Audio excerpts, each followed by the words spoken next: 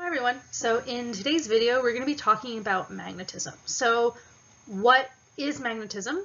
What are magnets? And how do magnets interact with each other is going to be our key focus for today. We're going to start off the day with a cute little joke. This is not what you should do to your pets. So please do not go and feed your pets magnets to see if they're going to stick to the fridge. They won't, and your pet is really not going to like you. So on a more serious note, let's start talking about what a magnet, by definition, is anything that produces a magnetic field.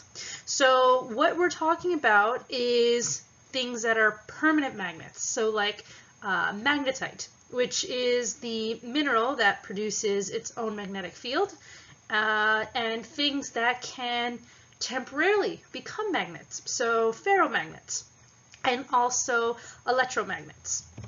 So if we're looking at our definition, an object or device that gives off a magnetic field, which first and foremost, if you are a magnet, you will be able to attract other magnets. That's actually our first test to figure out if your unknown material is a magnet. Can it attract another magnet? If the answer is yes, it's a magnet. Another thing that magnets will be able to do is that they'll be able to interact with any ferromagnetic material. And this is basically any material that contains iron, cobalt, and nickel. And if you actually look at the placement of iron, cobalt, and nickel on the periodic table, they're transition metal, and they're actually one right after the other. And the reason why this is called a ferromagnetic materials, well, iron, the two-letter element symbol for iron is Fe, derived from the Latin word for ferrous. So ferromagnetic material literally translates to an iron magnetic material. Another thing that's actually really important is that all wires can form a temporary magnet, and this is a concept of electromagnetism, which we're going to be talking about a little bit later in this video. And what basically happens is that while your electrons are traveling in the current, it produces a small magnetic field around it. And because of this, we can actually use this for a lot of practical applications. If you've ever driven by a junkyard and you see those big cranes that are picking up cars, well, at the base of those cranes, so if I have the crane right here, at the end I have my car, so let's pretend I can draw a car. Well, what it is this component right here is basically a piece of iron that is wrapped in metal. And what happens is that when the electric current is going through, it basically magnetizes the iron, allowing for the car to be attracted to it. Why are some substances magnetic? And the reason that some substances are magnetic has to do with this concept of domains. So all materials that are magnets have these things inside of them, which is called a domain. And what a domain really is that it is in itself a magnet.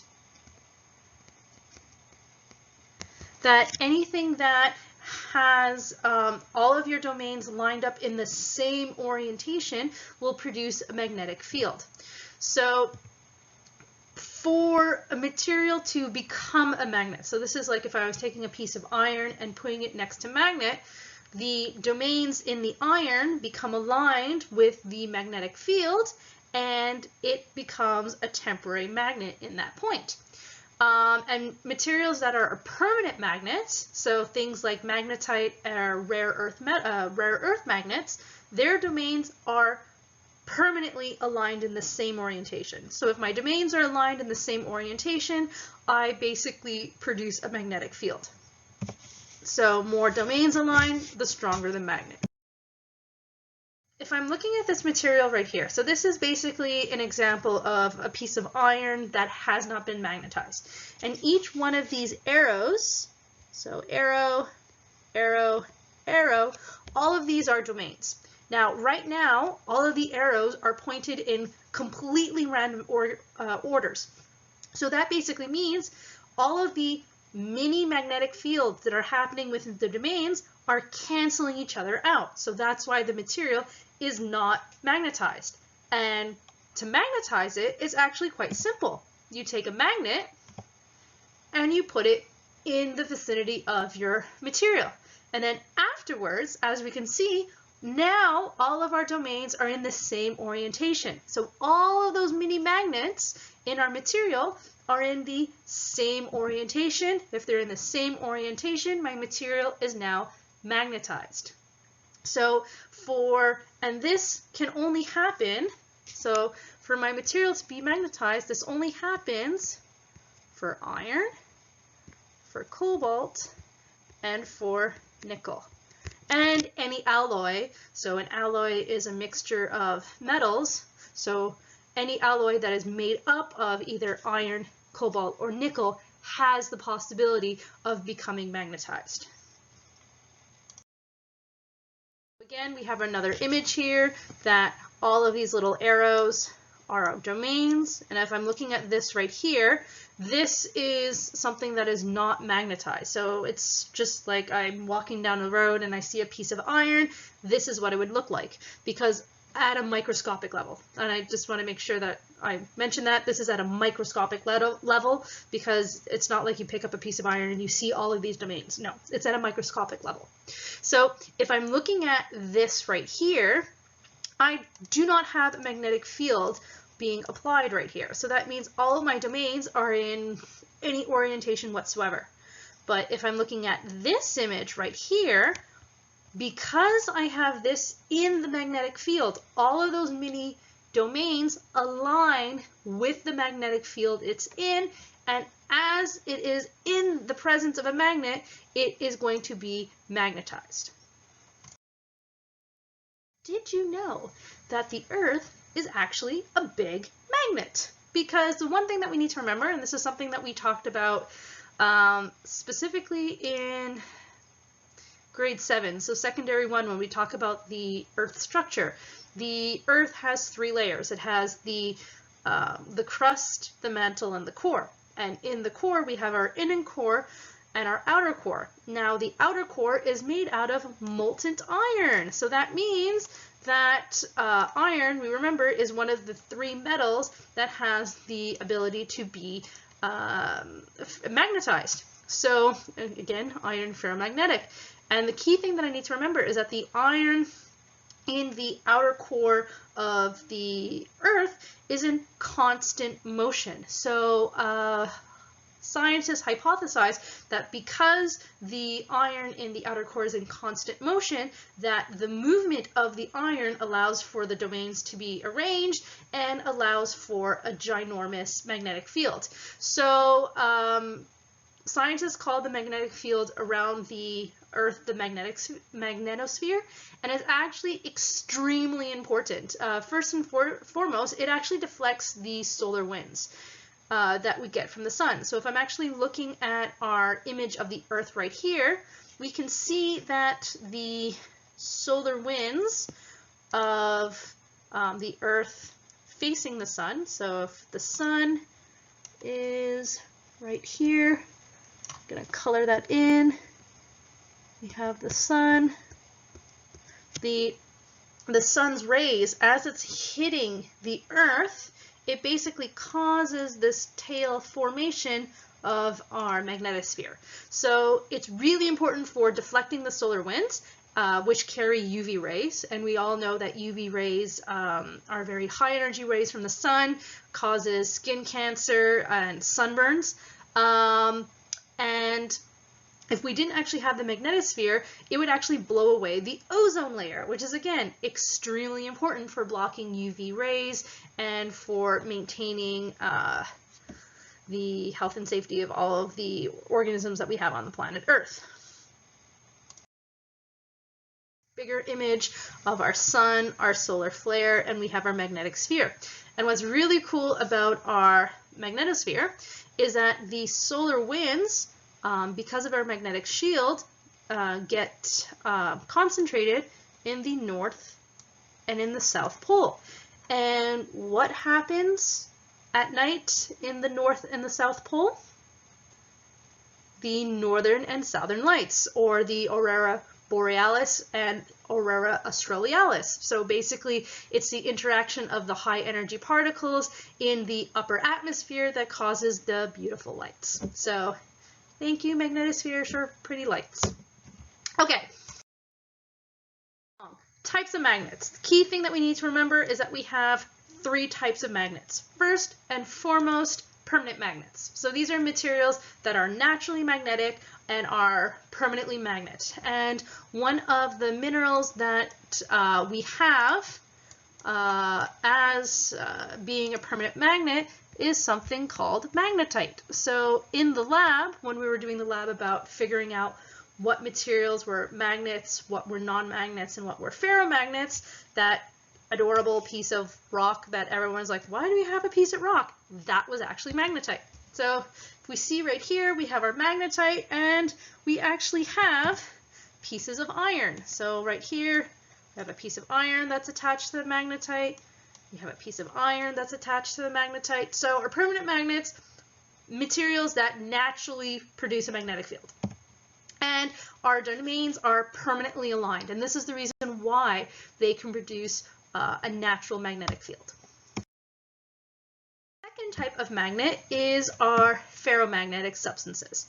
Now, the thing that I want to be very clear is that ferromagnetic substances can only become magnetized when they're in the presence of a magnet.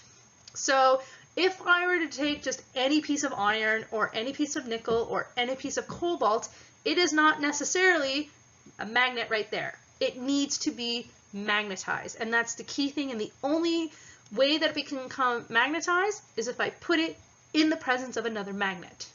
Now, the ability for my material to become magnetized also has to do with something called magnetic remnants. So materials that have a higher ability to keep the magnetic properties would have high magnetic remnants, and materials that don't have a high ability to keep its magnetic properties would have low magnetic remnants. But we can actually take something like a piece of iron and turn it into a permanent magnet. So the way that we do that is really simple.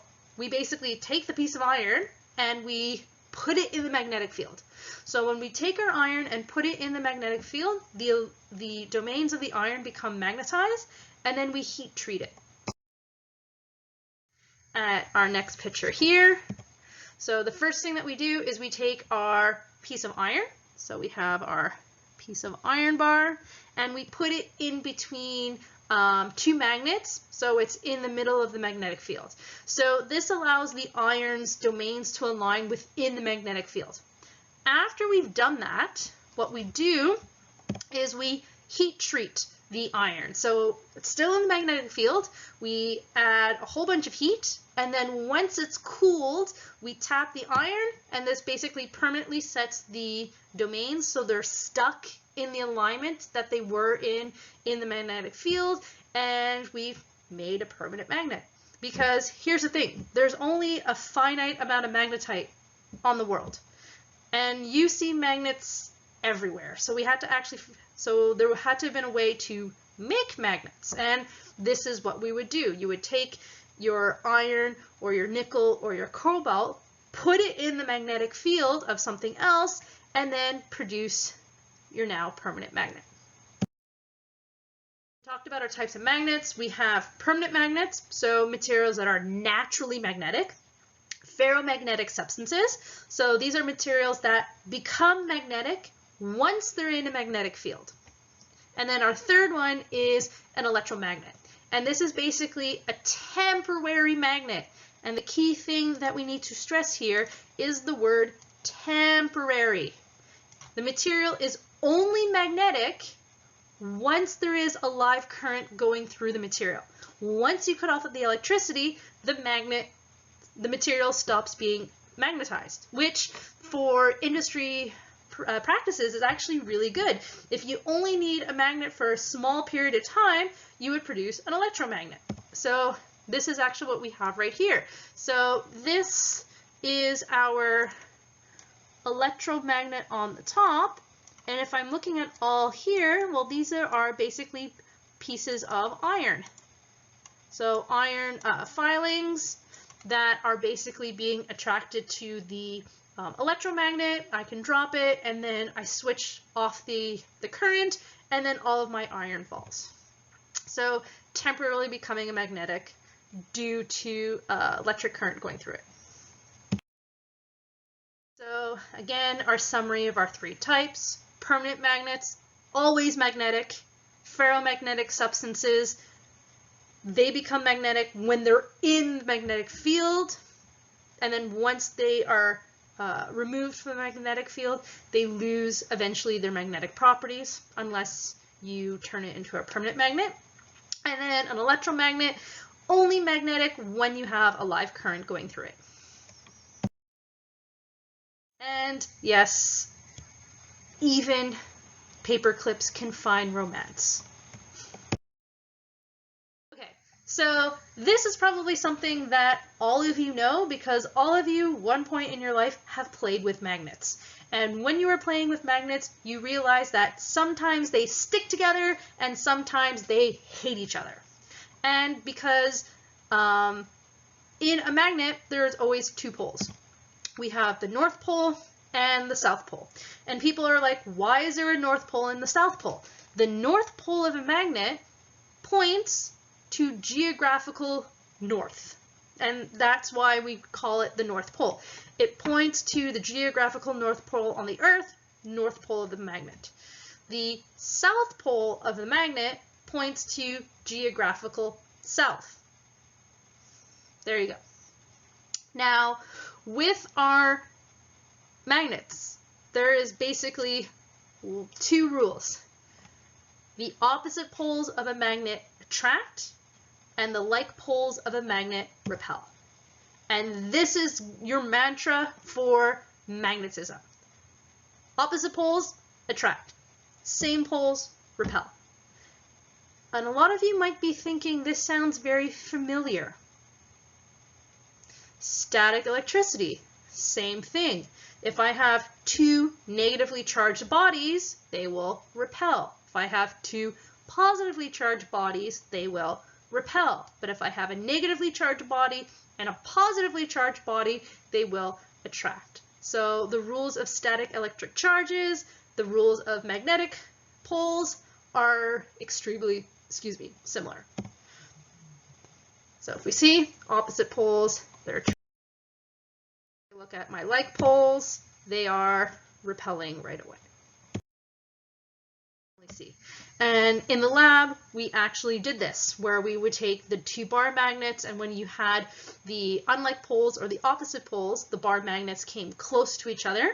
But when you had the same poles, the bar magnets were spread out very quickly. So attraction, whether it's north and south or south and north, the orientation really doesn't matter as long as that the poles are opposite, they attract with one another. Whereas if I have the same poles, they are repelling. And yes, so we have our polar bears. Okay, so whenever we're talking about the force of attraction or the force of repulsion from a magnet, it's basically talked about magnetic force, and that's basically the force that is produced by a magnetic field.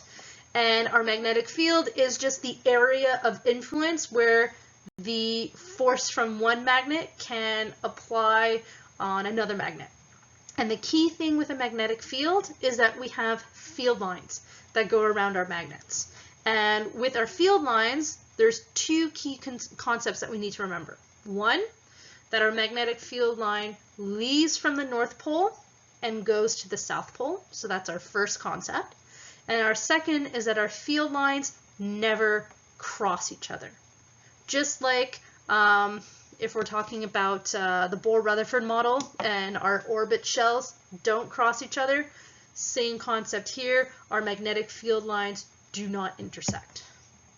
So they leave the North Pole, comes towards the South Pole, and the lines do not cross one another. So we're going to look at a series of images and look at how our magnetic field lines are drawn. This is basically our magnetic field line of a bar magnet. We can see that it's leaving the North Pole, going towards the South Pole, and that these arrows right here are just basically showing the general direction, that it's leaving from the north and going towards the south. Actually, what we have right here is a real bar magnet. Not real bar magnet, it's an image of a bar magnet, and all of these little pieces of metal are iron filings. So it's basically iron that we've shaved off, so it has the same consistency as sand or dust. And then basically what we do is that we just sprinkle it on the magnet, and then what happens is that the iron gets attracted to our magnetic field lines, and we can see those beautiful arches that we have, field lines leaving from one pole and arching and going to the other pole. And then we can see these beautiful arches, and as we get further and further away from our magnet, the field gets slightly weaker and weaker. And we can see that at our pole we have the strongest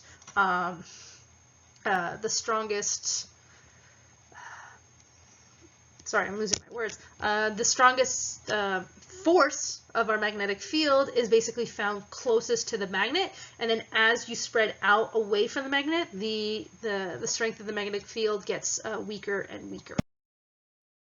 Have this, which is actually really, really nice, and what's really good about this picture is that you can see that the field lines are not crossing each other, that my iron filings are forming very, very distinct arches from the north pole of the bar magnet going towards the south pole of the bar magnet, and that we have those distinct arches, and that we have leaving from north going towards south, and that none of the field lines are intersecting whatsoever. Now, our field lines also interact when we see for the attraction between our two bar magnets. So when I have different poles, so in our first scenario right here, so this is scenario B, I can see not only do I have field lines from the bar magnet's north pole going to its own south pole, but I actually see, extremely important, field lines going from the north pole of one bar magnet to the south pole of the opposite bar magnet. Now, if I have two like poles, so in this image I have a north pole facing a north pole, but the same thing could be said for a south pole facing a south pole, is that my field lines are not crossing whatsoever, but they're actually being pushed away. So if I can actually see right here, I actually have this gap of empty space where the magnetic fields, or basically here in the middle, I have a void of a magnetic field. So iron filings, I can actually see this really beautifully right here, where I have the north pole to the right of your screen, I have the south pole to the left of your screen, and I can see the magnetic field lines from the north going towards the south. You see that arching happening between the north and the south right here, but you also see your field lines from the existing bar magnet going to its own pole. So the north going to its own south pole, the south, so field lines from the north going to its own south pole here. Here we have now the opposite, we have a repulsion, and what I was saying before, the space in the void in between the two magnets where none of the field lines are interacting, you can see that perfectly right here, that I have my distinct field lines basically being repulsed away, that they're not interacting whatsoever. And again, we actually see repulsion here, and what's really cool, right in the middle, you actually have this boundary, and I'm going to try and highlight it right here. It looks like you have this boundary wall where you have one magnet's field lines and the other magnet's field lines are kind of like forming an asymptote. They're getting super, super close to one another, but they're not touching whatsoever. And then last but not least, we have our field lines of a horseshoe magnet. And just like you would have in a bar magnet, you would have the lines going from the North Pole towards the South Pole. But what's a little bit different here is that you actually have field lines going in between the bar. Beautifully in this iron filings image, where we have those field lines that are not only arching from the one pole to the other pole, but we actually have field lines in between the two parts of the horseshoe magnet. Okay, so now what we're going to do is we're going to be talking about electromagnetism. So electromagnetism, as the name suggests, is the relationship between electricity and magnetism. So and this is why a lot of the times when we talk about electricity, we first started with static electricity, moved on to dynamic electricity, and end with magnetism, because there is a very important link between electricity and magnetism. Is that when we're talking about electromagnetism, we're talking about this interaction between the two. Now, in electromagnetism, the key thing is that anything that is a dynamic electricity, so when my electrons are traveling in wires, they produce a temporary magnetic field. And they only produce this magnetic field when the electrons are traveling in the wires. When I have no movement of electrons, I have no electric field. And it's actually really funny because my parents have this clay horse that they got when they were seeing the clay soldiers in China. And it was right on top of our PVR box. And we had the horse, you know, sitting normally facing the audience. And then after a couple of days, the horse had turned 90 degrees.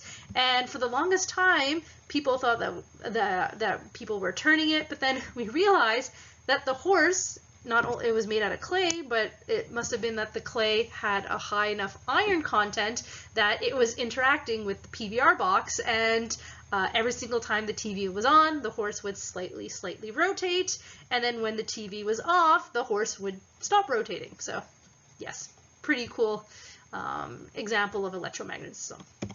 Okay, so that aside, whenever the current is flowing, it is producing a magnetic field. Now, a lot of you you use electricity right all the time. You're like, oh my God, it's producing a magnetic field. What's going to happen? No, the magnetic field is very, very faint. But then when you're producing an electromagnet, then you can actually amplify the magnetic field. But if we're talking about the magnetic fields of basic electronics that we have around our house, it is not relatively loud or strong. Your magnets that you have at home are stronger than the magnetic fields that it would be produced in things like your iPod or your laptop. And again, obviously, if there's no current flowing through your electronics, there is no magnetic field that is formed. So to figure out the direction of a magnetic field, we use something called the left-hand rule. Now, the reason why we have to do this is because our wires are in whatever shape that our circuit is. It's not like a bar magnet where we have north and south. We need to basically figure out what direction our magnetic field is going, and our magnetic field is always going to be going around the wire. Now, the reason why we use the left-hand rule is because when we're talking about current direction, we use current flow. And current flow is, if we're looking at our field, So I'm going to draw a quick circuit, and I have my positive terminal on the top, my negative terminal on the bottom, and if I'm looking at electron flow, FLW, well, our electrons, the path that they travel is that they leave the negative terminal and they travel to the positive terminal. So what I've drawn in blue is showing my electron flow traveling in this basic circuit.